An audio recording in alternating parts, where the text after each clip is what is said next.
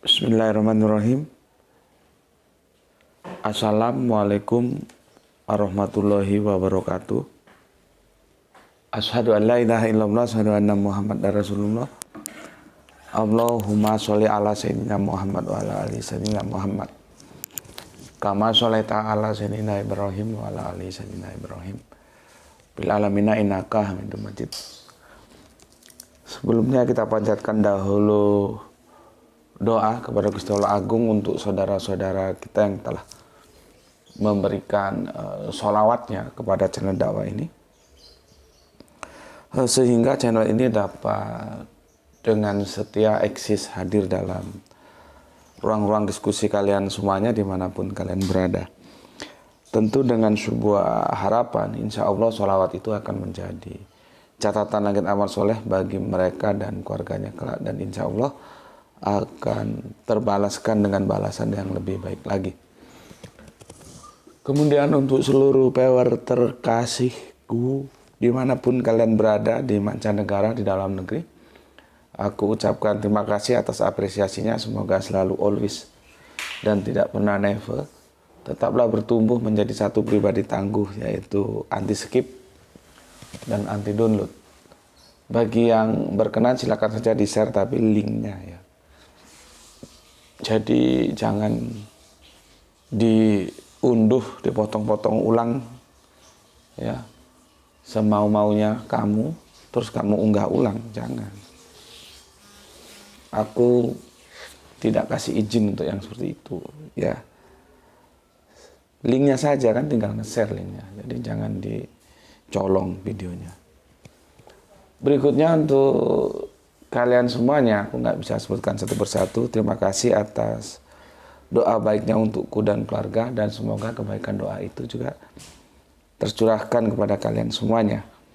Sebagai sesama saudara muslim, kita saling mendoakan dalam kebaikan, dan insya Allah doa kita bagian dari doa-doa yang diijabahi Gusti Allah Agung.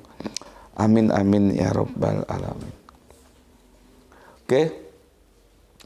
Seperti janjiku kemarin, setelah tentang surat apa kemarin itu ya, surat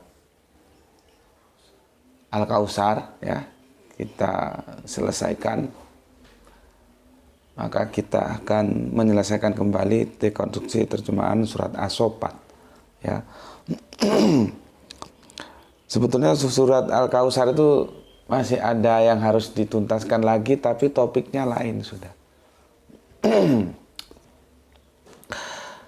Khususnya di ayat yang terakhir, ayat yang ketiga. Ada kata terputus itu. Ya. Aku sudah coba cari asbabun nuzul surat itu, memang bervarian. Makanya aku bilang, asbabun nuzul itu hanya alat bantu, nggak bisa dia digunakan alat penentu, nggak bisa. Nah, seperti surat Al-Ikhlas juga asbabun nuzulnya kan ada berapa? Ada 3. Ya. Surat Al-Kautsar juga begitu. Karena nanti ini hanya sekedar info aja ya.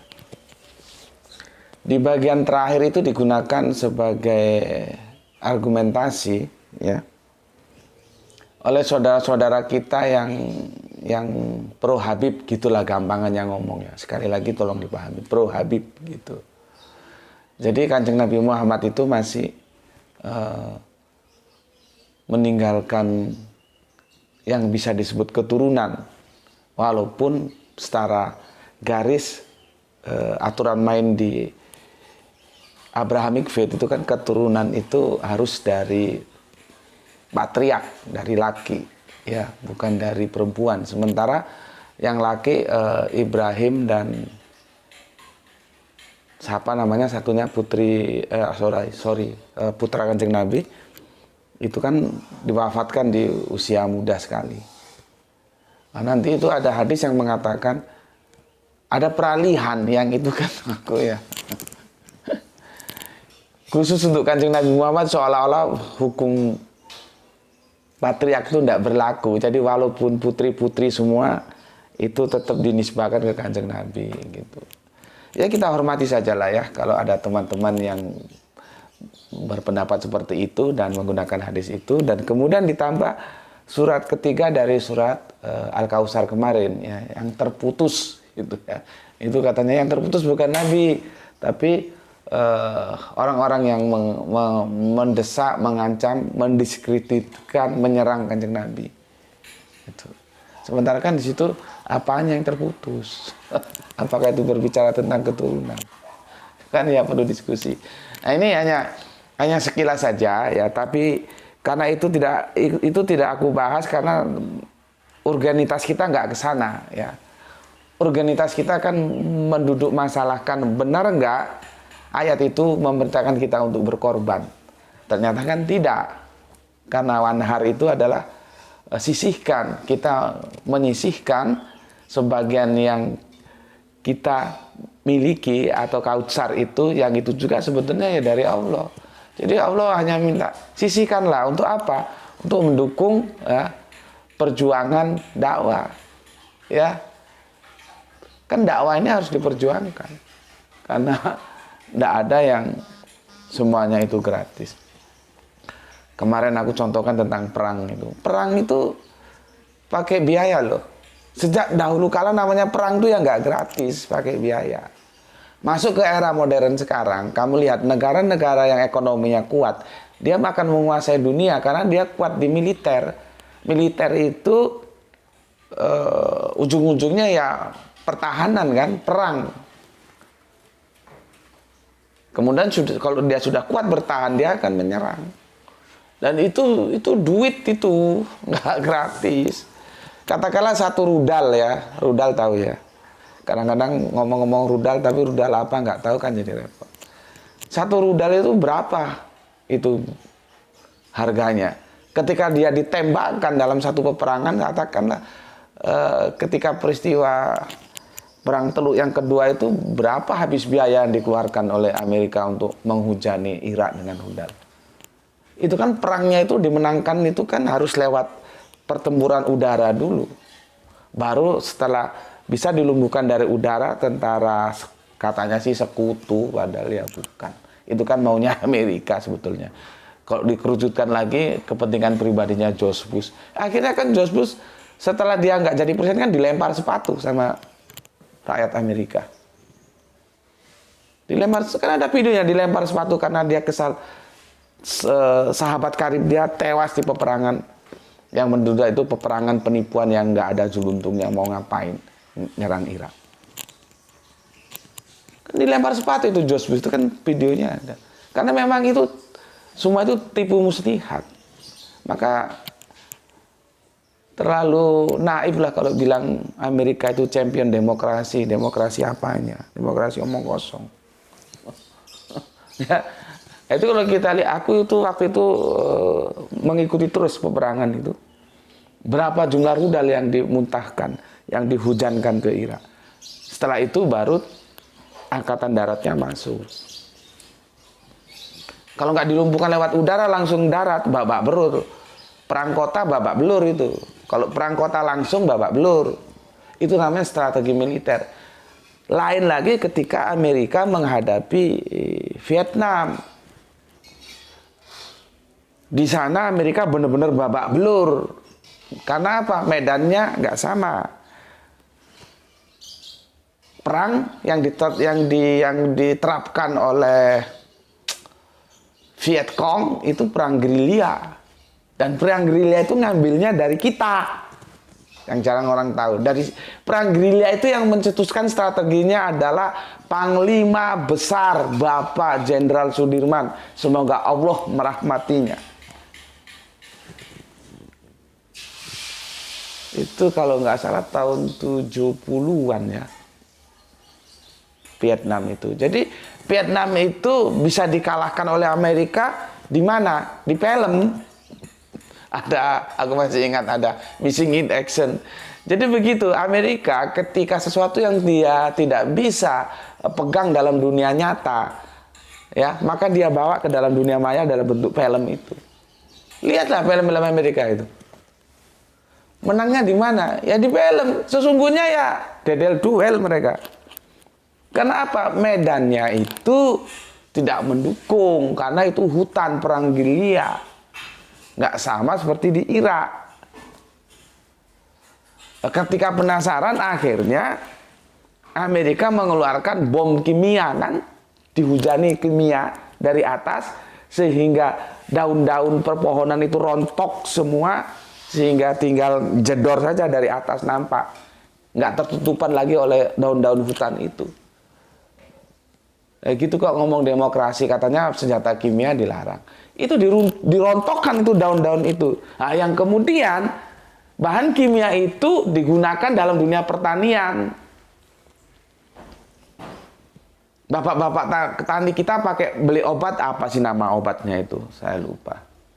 Yang membunuh gulma dan segala macamnya disemprotkan. Orang itu bahan kimia kok. Sekali semprot nggak apa-apa. 2 kali, 3 kali dan terus menerus semprot, bahan kimianya masuk ke tanah, tanahnya menjadi keras dan tidak ada lagi humus. Modar gue, pertanian rusak tanahnya. Orang itu senjata kimianya Amerika kok dipakai bahan pertanian kita. Alam itu sudah seimbang. Makanya Gusti Allah kan mengutuk orang yang merusak keseimbangan alam. Itu di surat berapa ya, berbicara tentang timbangan. Masalahnya otak kita terlalu goblok. Kalau membaca timbangan dalam Al-Quran, larinya ke pasar. Nimbang gula, nimbang beras, nimbang... Alam ini sudah setimbang Gusti Allah ciptakan. Jangan dirusak keseimbangannya. Di sini sekarang bagaimana petani apel itu hancur babak belur. Karena apa? Iklimnya rusak. Suhunya sudah mulai nggak kondusif lagi. Tanahnya rusak. Bahan-bahan kimia yang itu mereka sebut obat-obatan, harganya mahal. Tenaga kerja untuk ngurusin apel juga tinggi. Totalitas hasil yang dihasilkan untuk jual apel, dari jual apel dengan biaya tani apel nggak seimbang, akhirnya gulung tikar. Bismillahirrahmanirrahim. Tapi kembali dari itu semua, sebetulnya yang paling harus kita perhatikan sebetulnya ekologi. Terus karena ini perkotaan ya, planologi. Ekologi, planologi harusnya dirangkul. Masalahnya sekarang pemimpin-pemimpin kita, mulai pemimpin daerah seperti tingkat wali kota, itu mainannya politik. Mana ngerti mereka tentang ekologi, tentang planologi. Akhirnya ya babak belur seperti ini. Lihat apa Kanjeng Nabi, kalau seseorang memimpin, dia tidak punya kapasitas memimpin, tunggu kehancurannya. Tunggu, cepat atau lambat, hancur.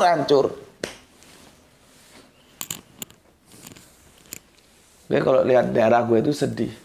Dulu iklimnya itu indah, sekarang sudah banyak perumahan, banyak gedung, banyak hotel-hotel. Sekarang sudah mulai berbintang-bintang hotelnya. Rusak ekologi. Belum lagi kerusakan tanah karena penggunaan zat-zat kimia. Allah itu sudah kasih sapi, berternak kamu, manfaatnya banyak, dagingnya bisa, susunya bisa, kotorannya untuk pupuk. Kalau itu tidak mengandung kimia.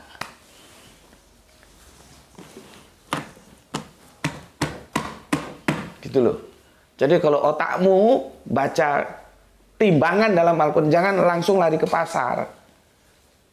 Itu keseimbangan alam ini. Allah sudah bikin keseimbangan. Lu rusak. Nanti kalau ada banjir, seperti di daerahku. Daerah pegunungan, ada banjir itu loh, coba gimana.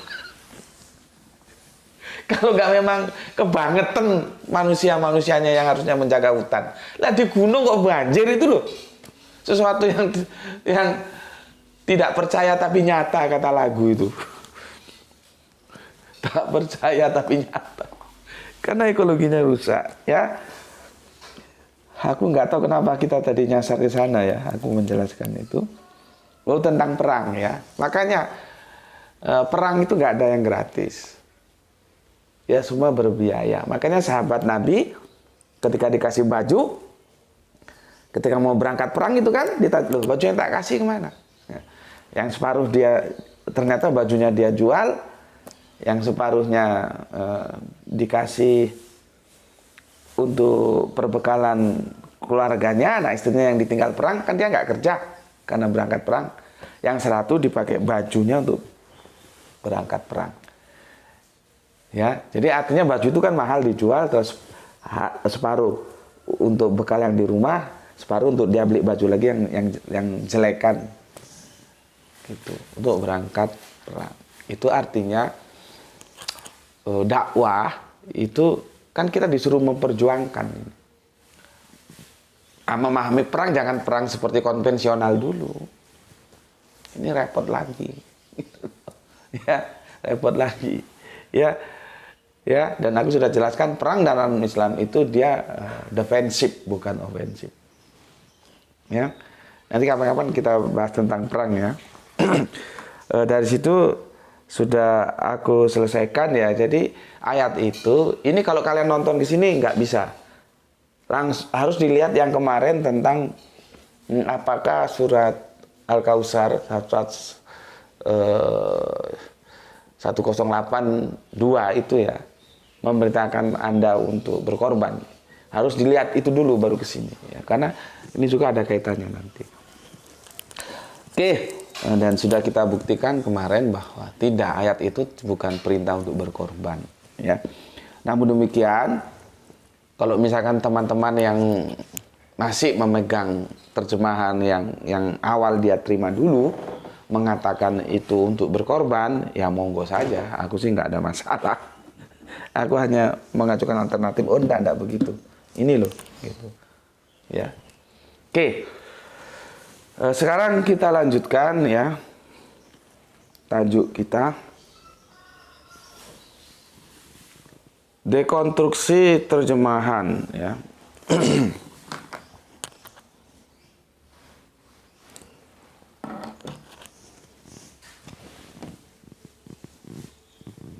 Ya. Waduh, mati listrik. Waduh, nggak tahu ini gelap nggak ya? Tolong dibuka pintunya dah. Sepertinya gelap ini. Listrik mati.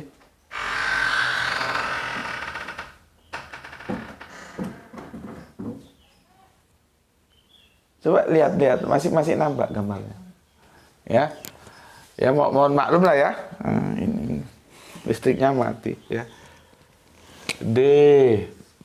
Sorry kok. Ya.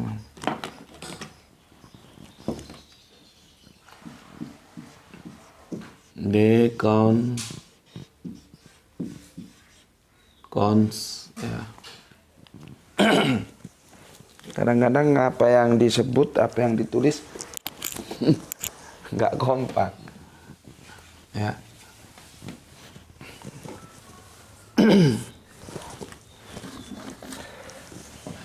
Biar kering dulu ya.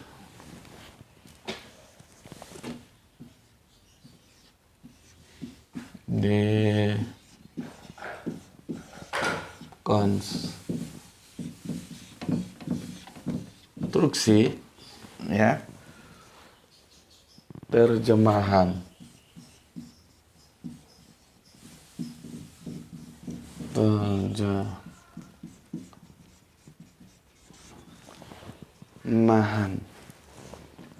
Quran surat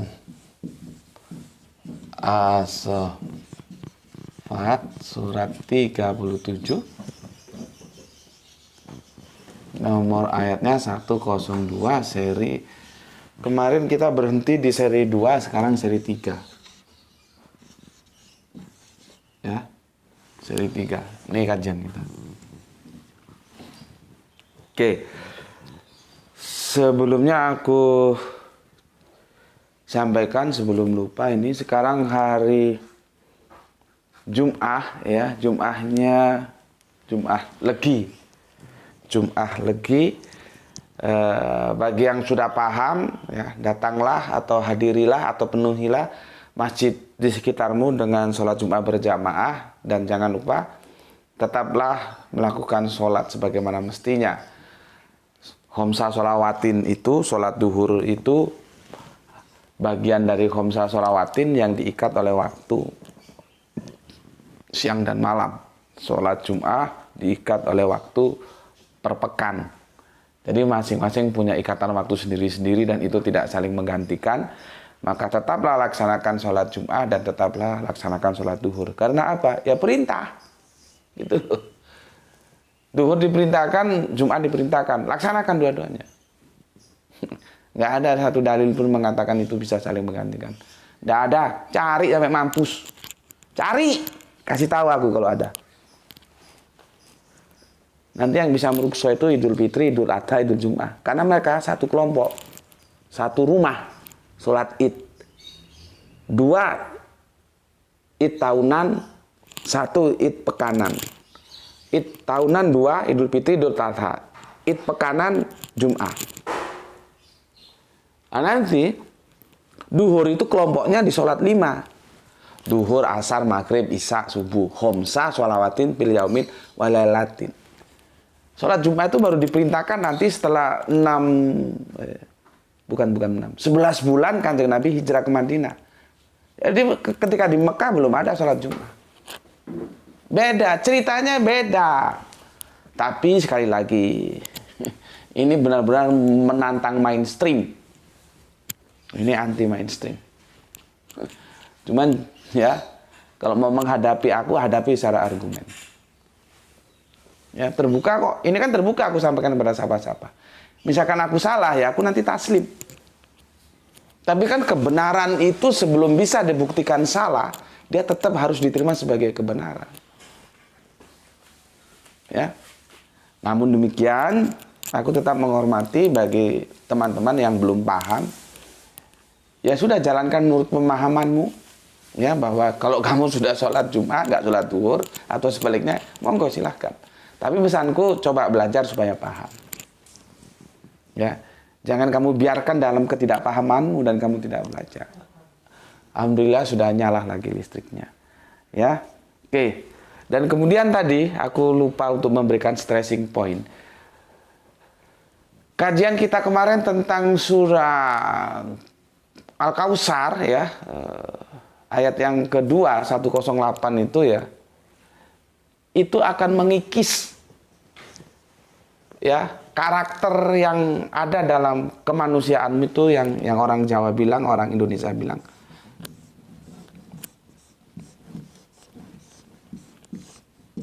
pelit untuk agama.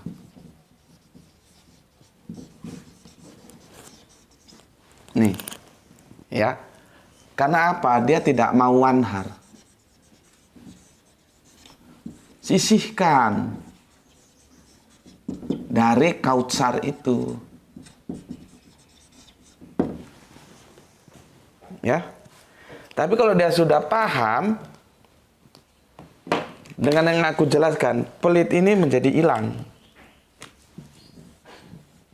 Ya, menjadi hilang. Jadi maksudnya surat itu adalah sisihkan dari Kautsar, dari kenikmatan, dari rezeki yang kamu berikan untuk mendukung perjuangan agama. Yang aku bilang dakwah tadi. Jadi agama itu harus diperjuangkan. Tapi kalau dia nggak paham ini ya dia tetap aja pelit. Pelit untuk agama, padahal dia akan diselamatkan dunia sampai akhirat oleh agama. Pertama. Yang kedua, Kautsar itu bukan milik dia sebetulnya, milik Allah. Allah hanya minta sisihkan. Artinya sebagian saja. Dan semoga kalau sudah mengkaji ini kalian menjadi paham. Ya. Oke, ini Quran surat 108 Al-Kautsar ayat 2, ya. Oke. Kita lanjutkan sekarang kajian kita.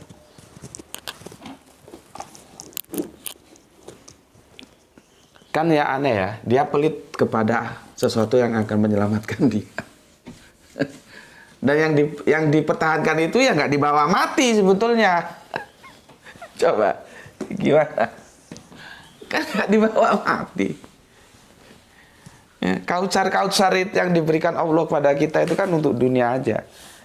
Ya bisa kau bawa mati kalau kamu infakkan. Gitu. Oke, ya. Waduh, ini aku harus baca komen kalian, bisa nggak ini? Karena wifi-nya belum berjalan dengan baik. Bismillahirrahmanirrahim. Kalau nggak bisa pakai data ini.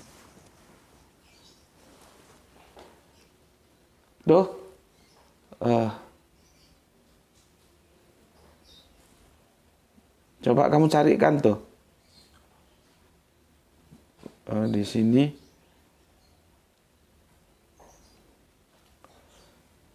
Waduh, ini listriknya bermasalah lagi ini. Nah, ini tuh. Yang ini. Bapak mau baca komentarnya. Kok di sini nggak bisa dia? Yang ini ya. Yang seri 2. Yang seri 2. Lihat ini. Berputar-putar terus dia. Bisa, untung ada data. Oke. Dari Veldil Negar ya. Iklan Kristen kok panjang-panjang ya. Itulah Mas yang sudah kita coba diskusikan kemarin ya. Bagaimana sebetulnya regulasi iklan itu, aku juga tidak tahu karena sekarang sudah banyak yang berubah. Kecuali era-era tahun 80-an ketika Mbak Tutut tuh, ingatku dulu Mbak Tutut itu pernah jadi Menteri Penerangan atau apa gitu, nggak salah ya. Atau Ketua PRSSNI, Persatuan Radio Swasta Nasional gitu ya. Sekarang nggak ngerti aku Mas bagaimana iklan itu regulasinya, ada aturan-aturannya. Jadi yang kita terima memang iklan Kristen itu kalau masuk ya di kajian kita kan panjang. Oh, sudah bisa ini tuh. Kembalikan ke tapi iklannya biarin. Kembalikan ke WiFi ya. Oke, selanjutnya Kang Rismanat ya. Rasminasmat ya. Bismillahirrahmanirrahim. Makassar, hadir Tuan Guru, sehat bersama keluarga dan selalu dilindungi oleh Allah Subhanahu wa taala. Amin. Oh ya Gus, bukan mimpi namun suatu musyawarah atau saling berinteraksi, saling memberi pemahaman, saling memberi pendapat dalam narasi kajian kali ini. Maaf Gus, siap salah analisa saya. Salam Isra. Nggak. Cerdas kau, tepat masalahmu. Bukan mimpi. Nggak ada di sini mimpi. Cuman kan orang menimbulkan mimpi karena film 6 itu juga salah diterjemahkan ya. Terus apa taro itu juga nanti kan ada kalimatnya di situ ya. Nanti tentang aro itu salah diterjemahkan.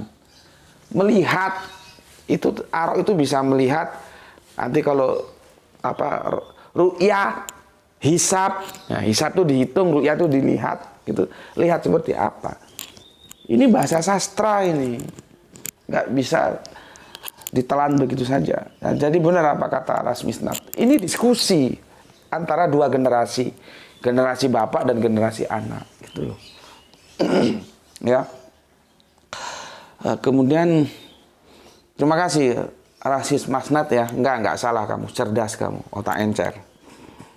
Kemudian Gedang Ngodok, Assalamualaikum, Waalaikumsalam. Kalau masalah pengorbanan dan apa yang sebenarnya dikorbankan dibahas di sini, maka akan banyak paradigma berpikir Muslim tergoncang. Cukup kita grup WA saja yang senyum-senyum, semoga bisa dibuat dalam kajian tahun depan. Oke, terima kasih atas masukannya. Aku juga berpikir begitu, cukup di satu ayat ini aja ya. Jadi nanti pasal keseluruhannya akan kita bahas di tahun depan. Semoga kita mendapatkan rezeki yang barokah dan kesehatan yang prima sehingga ketemu nanti kita bahas tuntas. Karena ini kalau dibahas harus diawali dari ayat 100 sampai 113. Ya, sementara aku kesini ini sebagai introduction dan ini kan direquest oleh Bapak Abdul Muluk. Ketika esok tahun depan aku menjelaskan secara keseluruhan, kalian sudah tidak kaget lagi. Karena ini beda sekali, nggak seperti yang kalian bayangkan. Seperti apa yang disampaikan Gurem Endrukem akan terguncang. Ya, makanya kajian-kajian kita itu kalau hanya bisa diikuti oleh orang-orang tertentu, memang di sini tempatnya berpikir, bukan tempatnya hohohihe.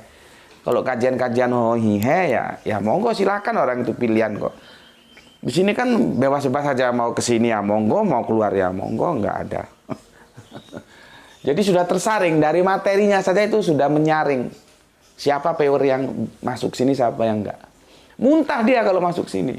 Kajian-kajian kita itu seperti itu. Entah itu kajian kritik Bible, kritik terjemahan Al-Qur'an, sama.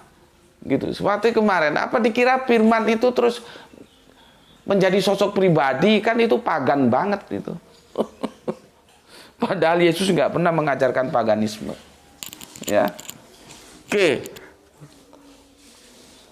benar akan terguncang ya. Jadi kalau di WA sudah kita diskusikan ya, tapi kalau di sini mungkin seperti yang disarankan Gedang Godok dan aku setuju, nanti tahun depan aja kita lanjutkan. Jadi cukup di sini aja dulu. Kalau ini sudah kalian pahami, minimal besok aku menjelaskan tuntas sampai sudah siap. Oke. Kita lanjutkan setelah dari Gedang Godok, salam Isra untukmu, ke Abah Komarudin. Assalamualaikum, waalaikumsalam warahmatullahi wabarakatuh. Bandung hadir, salam Isra untuk semuanya. Semoga diberi rezeki dan kesehatan yang prima. Kebenaran itu datang bukan dari ulama, kiai, ustadz, doktor, profesor, dan lain-lain. Al-haqqo mirabbika pala takunna minal mumtarin. Kebenaran itu hanyalah dari Rabbmu, maka janganlah menjadi orang-orang yang ragu untuk belajar dan mencari kebenaran. Ikro. Tidak mendapatkan pelajaran kecuali orang-orang yang berakal. Wassalam. Salam Isra. Terima kasih untuk Abah kita. Semoga sehat lalu ya. Yang ada di kota Kembang, Paris Panjapa ya. Abah Komarudin di Bandung. Makasih. Kemudian kita lanjutkan Gispati Soleha kita yang ada di Palu. Alhamdulillah hadir Tuan Guru. Salam Isra. Salam Isra juga untukmu dan salam terima kasih atas 3 hati merahnya. Oke. Kemudian Kang Rasmono dari Bengkulu tetap nyimak apa yang dijelaskan oleh GM yang menurut terjemahan Depak film anim diartikan bermimpi. Melihat dalam tidur, Birman. Mana? Itu sampai sekarang masih dipercaya oleh mainstream. Kini jadi jelas setelah dijelaskan oleh GM bahwa bahasa itu adalah bahasa sastra yang tidak bisa diterjemahkan dengan bahasa Muhammad ya. Maaf kalau keliru pendapat saya, salam Isra. Nggak, kamu cerdas, otakmu encer. Terima kasih, mantap. Kalau punya santri-santri cerdas gini senang gue. Ya. Oke, salam Isra untuk semua yang di Bengkulu ya, Kang Rasmono. Kemudian jagoan kita Gioni Arthur. Gioni Arthur dari Madiun selalu menyimak dan selalu menonton karena 1 episode tertinggal jadi rugi besar. Ya. Terima kasih untuk Gioni Arthur yang lagi dinas bersama korpsnya ya, yang ada di Madiun. Berarti sudah pindah dari daerah Serang sana ke Madiun. Oke, kemudian dari Rini ya, Demak hadir Gus menjalankan ibadah Jumat dan sholat duhur. Mantap. Makasih untuk Rini. Kemudian ada Kang Hermana ya, Assalamualaikum, waalaikumsalam. Ikut nyimak, salam Isra buat semuanya. Oke, salam Isra juga. Kemudian Kang Wahyu Junaidi ya, Assalamualaikum Gus, nyimak kajian and salam Isra. Salam Isra juga. Jakarta Selatan hadir Gus. Oke, terima kasih ya. Di Manada terima kasih juga atas 5 hati merahnya. Bahas Bajarudin aduh sulit namanya ya, dari Bogor. Assalamualaikum GM Bogor hadir dan salam Isra. Oke, salam Isra untukmu. Saran Gipari menyimak menjelang Jumatan. Oke, terima kasih. Kemudian Kang Didi terima kasih. Assalamualaikum, waalaikumsalam. Pak Abdul Muluk, Assalamualaikum. DS izin nyimak Gus, salam Isra untuk semuanya. Oh, ini sudah kita bahas ini ya. Terima kasih Pak Abdul Muluknya. Kang Herman Edison ya, terima kasih yang ada di Palangkaraya ya, Palangkaraya ya. Irfan ya, terima kasih Irfan. Kemudian Septian juga terima kasih. Oke, kita lanjutkan sekarang ya. Gimana ini menjelaskannya ya. Begini, aku mulai dari sini ya. Semoga kalian bisa ngikuti pandangan. Aku breakdown dulu ya, satu-satu ya, supaya jelas. Ada aro ya. ada taro. Ya, ini memang bisa melihat, bisa penglihatanku, bisa penglihatanmu.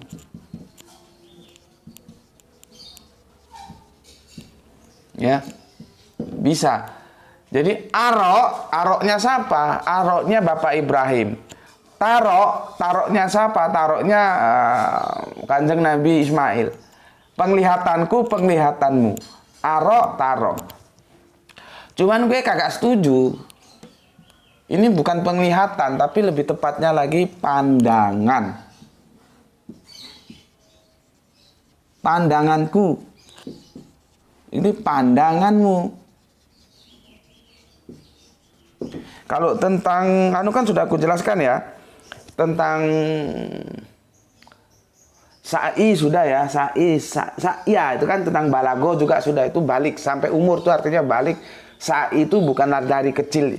Ya memang sa'i itu dari kecil, tapi artinya dia sudah bisa berusaha. Makanya itu akan sangat aneh seperti di seri berikutnya. Kalau seorang ustadz, kiai, ulama atau apapun bilang Kanjeng Nabi Ismail masih lucu-lucunya, masih kecil-kecilnya disuruh mengorbankan sembelih terus baca ayat ini, dan dia tenang-tenang saja karena dia nggak ngerti duduk permasalahannya, karena akan tumpang tindih. Dia bilang masih kecil, padahal ayat ini menunjukkan Kanjeng Nabi Ismail sudah dewasa, sudah balok, sudah balok, sudah balago, sudah balik, sudah sa'iyah, sudah bisa berusaha. Masa anak kecil balita mau diajak diskusi kan tidak mungkin. Ya. Yang itu sudah aku jelaskan, sekarang aku stressing pointnya ke sini dulu. Aro, ya, penglihatan, pandanganku. Taro, penglihatanku, penglihatanmu, pandanganmu. Pandangan, ini apa dalam pandangan? Pandangan itu apa? Misalkan begini, kita rapat ya. Kalau kalian lihat di DPR tuh ya, di DPR, kan itu nanti ada praksi-praksi itu ya. DPR. Seandainya DPR itu semua orang-orang yang taat terhadap hukum Allah, enak. Ya, gini, habis sidang tentang apa misalkan ya, misalkan penentuan harga BBM atau harga pupuk atau apalah ya, kan tugas DPR itu kan apa aja, controlling, ya, terus budgeting, terus merancang undang-undang dan menentukan kan, tiga ini, controlling, budgeting, membuat undang-undang. Nanti kan pelaksananya kan itu kan eksekutif kan, di legislatif itu digodok ya, eksekutif itu yang mengeksekusi gitu ya, dari keputusan atau undang-undang itu gitu. Nah, ini juga kadang-kadang jadi DPR nggak tahu tugasnya apa, ya repot. Nah, mereka nggak itu kucingnya masuk. Mereka itu misalkan baru rapat ya seperti tadi menentukan harga garam gitulah, misalkan garam itu berapa harganya, terus kita impor atau ekspor. Ini mau dipersori kalau ada suara goreng-goreng masuk ya, karena permaisuri lagi goreng-goreng.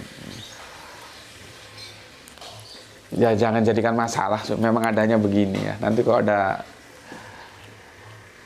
uang 1 karung turun dari langit, aku bikin studio yang memang ya memang studio ya. Kalau ini kan apa adanya gitu. Oke, aku lanjutkan. Kan begini ngomong, pemimpin sidang misalkan ya, misalkan gue yang mimpin sidang ya. Oke, untuk praksi berikutnya silahkan menyampaikan pandangannya. Setelah dideskripsikan kan harga garam itu per kilonya sekian, sehingga ini dari petani garam di Madura misalkan, nanti harga ecerannya itu sekian. Kalau ekspor bagaimana, apakah itu kita ekspor? Nah, ya lihat dulu kebutuhan garam lokal, maksudnya kalau lokal itu dalam negeri sudah terpenuhi belum. Kalau belum terpenuhi terus diekspor kan ya bunuh diri. Dilihat dulu. Kalau rakyatnya sudah terpenuhi akan garam, baru kita ekspor. Atau sebaliknya bisa. Harga garam kita itu terlalu tinggi, ya. Jadi kita harus import saja karena import dari luar lebih murah. Ini bagaimana? So ada yang bilang import itu memang oke, harganya murah, tapi dia akan membunuh petani garam kita yang ada di Madura, itu rakyat kita. Debat gini. Selesai, selesai pandangan. Semua itu menyampaikan pandangan. Ya, maka seorang pemimpin sidang fraksi A silakan menyampaikan pandangannya. Ngomong dia bla bla bla bla bla bla. Oke, 30 menit selesai ya. Saya kasih waktu 30 menit. Oke, fraksi B, pandangannya tentang garam ini gimana? Sampaikan bla bla bla bla. Sekarang aku mau tahu dalam otakmu pandangan itu apa maksudnya? Apa melihat gitu? Seperti ro'yu, melihat bulan gitu. Tapi bisa, melihat bisa, bukan tidak bisa. Kan aku sudah ajari kau. Dalam sebuah narasi, kamu harus pelajari ketika kita menemukan ayat-ayat yang muhkamat. Itu logika berpikirnya, logika kalimatnya itu akan mengajak kita berpikir kemana. Itulah sulitnya polisemi. Dan Al-Quran sudah mengingatkan. Kalau yang muhkamat dia tegas-tegas saja. Ini bahasa sastra, bos. Belum nanti aku jelaskan fil manam itu apa. Tapi kalau ini kalian nggak jelas dulu, sampai mampus aku jelaskan ya, kamu mesti nggak bisa menerima. Bismillah.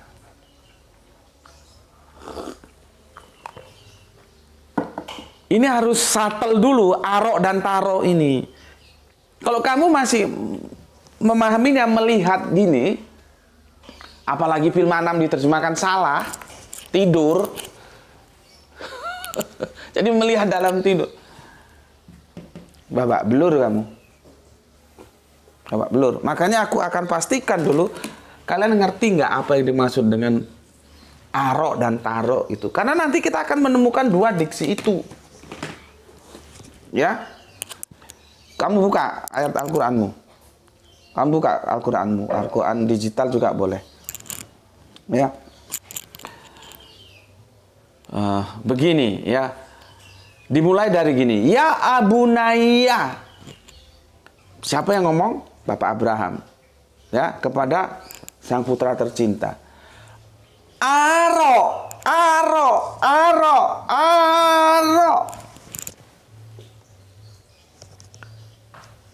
Penglihatanku bisa. Tapi ini kurang tepat. Aku lebih memilih pandanganku. Ya.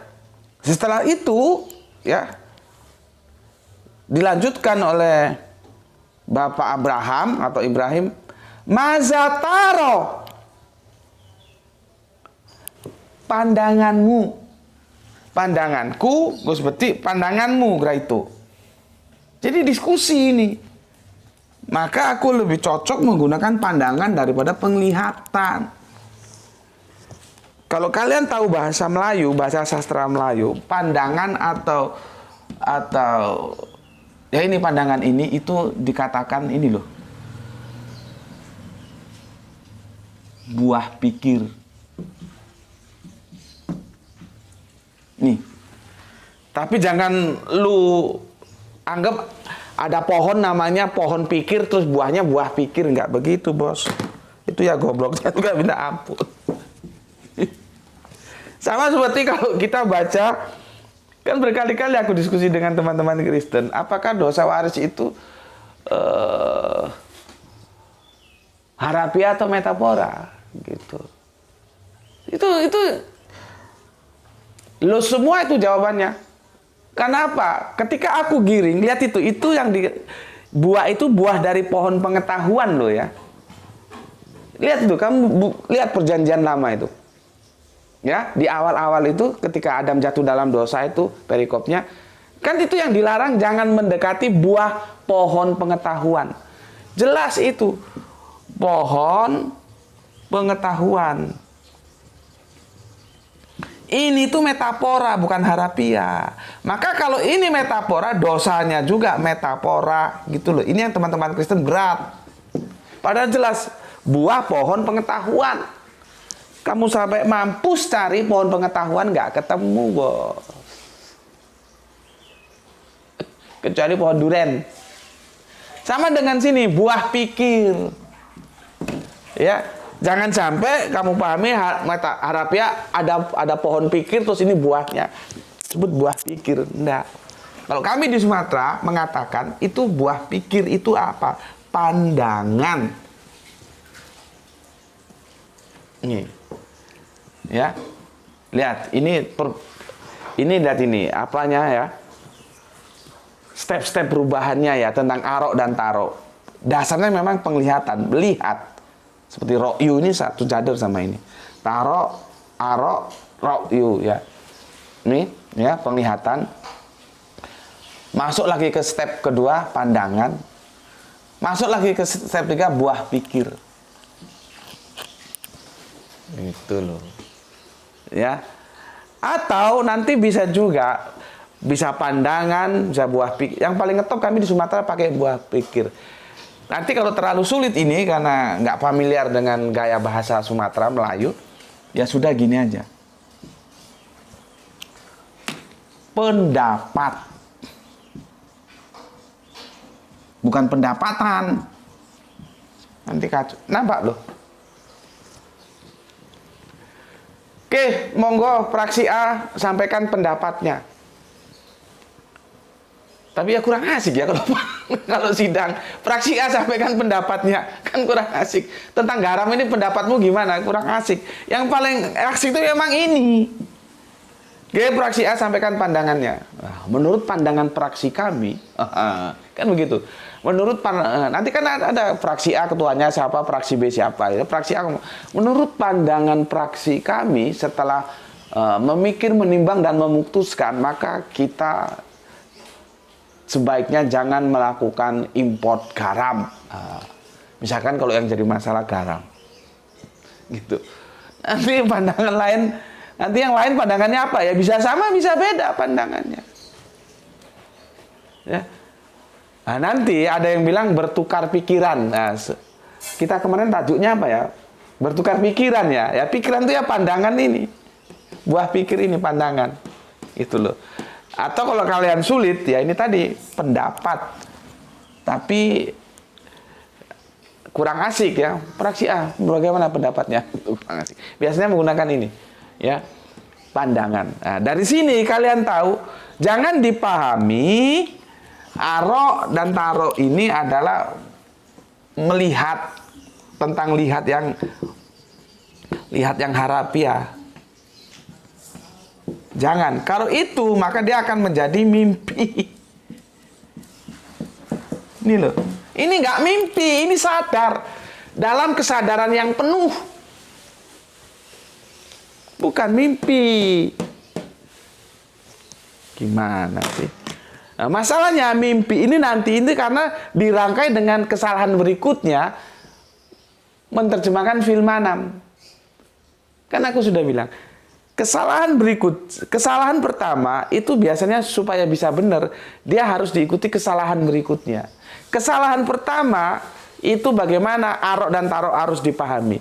Nah, supaya kesalahannya itu nampak benar, maka berikutnya salah juga dalam memahami film manam. Jadilah dia mimpi. Padahal ini kalau kita baca, sesadar-sadarnya mana ada orang diskusi dalam mimpi. Ini tidak mimpi, ya. Pak Ibrahim nggak mimpi, apalagi Ismail sama-sama tidak mimpi. Ini duduk bareng kalau kita sekarang ngopi gitulah ya, atau ada pisang gorengnya, baru ngomong yang serius kita diskusi. Aku sama Graito diskusi, masing-masing punya pandangan-pandangan. Pandanganku, bagaimana pandanganmu? Itu, ya. Jadi bukan lihat, bukan penglihatan, ya. Tapi kalau kata dasarnya Pak, aku ulangi lagi supaya kalian paham. Kalau kata dasarnya penglihatan ya memang benar, tapi logika kalimatnya tidak mendukung ke sana. Yang paling tepat itu adalah bukan masalah lihat melihat, tapi masalah pandangan. Pandangan ini pun bukan memandang begini, tapi adalah buah pikir. Buah pikir kalau masih kurang bisa mengikuti pendapat. Oke? Sehingga nanti ketika aku menjelaskan fil manam, kalian sudah punya landasan. Tapi ini diterima dulu. Kalau ini ditolak ya nggak bisa. Nggak bisa aku nanti menjelaskan fil manam. Kalau ini diterima dulu, ditampung dulu lah maksudku, ditampung dulu. Aro itu adalah buah pikir, taro itu ya buah pikir. Tinggal kalau aro buah pikirku, kalau taro buah pikirmu. Ya.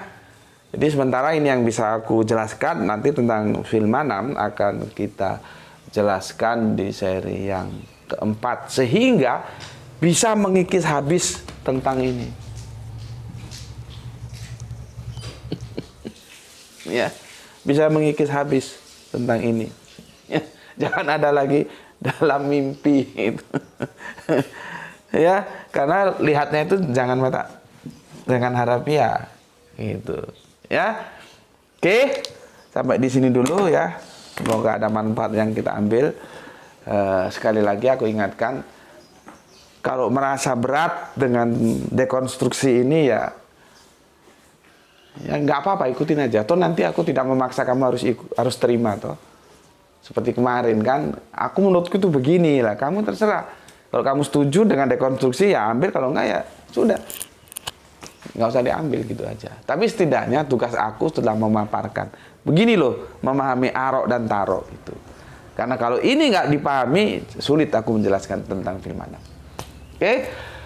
Aku ingatkan lagi, hari Jum'ah loh ya. Penuhi masjid-masjid di sekitarmu dengan sholat Jum'ah berjamaah dan jangan lupa duhur. Teman-temanku semua, saudara-saudaraku terkasih semuanya ya, dimanapun kalian berada, jagalah Allah, jagalah Kanjeng Nabi, jagalah Al-Quran, jagalah Islam, jagalah sholatmu. Ya. Dalam bingkai keimanan yang indah dan taruh, simpan. Ya. Di dalam ruang hatimu yang paling dalam menjadi sebuah keindahan. Setelah engkau mengaktualisasikan, memeras rasionalitasmu, sehingga menjadi sebuah pengetahuan, dari pengetahuan itu kamu membangun sebuah keimanan. Jadi jangan ujuk-ujuk iman. Harus tahu dulu. Ya. Harus sami'na dulu. Baru atona. Ya. Oke. Namun demikian tetaplah memberi hormat kepada saudara kita yang lain yang memilih jalan lain, karena mereka tetap saudara kita ya. Berikutnya semoga kita mendapatkan rezeki yang barokah, kesehatan yang prima sebagai keberuntungan yang kita harapkan bersama. Semoga keberuntungan itu ada pada kita ya. Bismillahirrahmanirrahim. Salam Isra. Assalamualaikum warahmatullahi wabarakatuh. Alhamdulillahirabbil alamin. Matur thank you, terima kasih matur nuwun.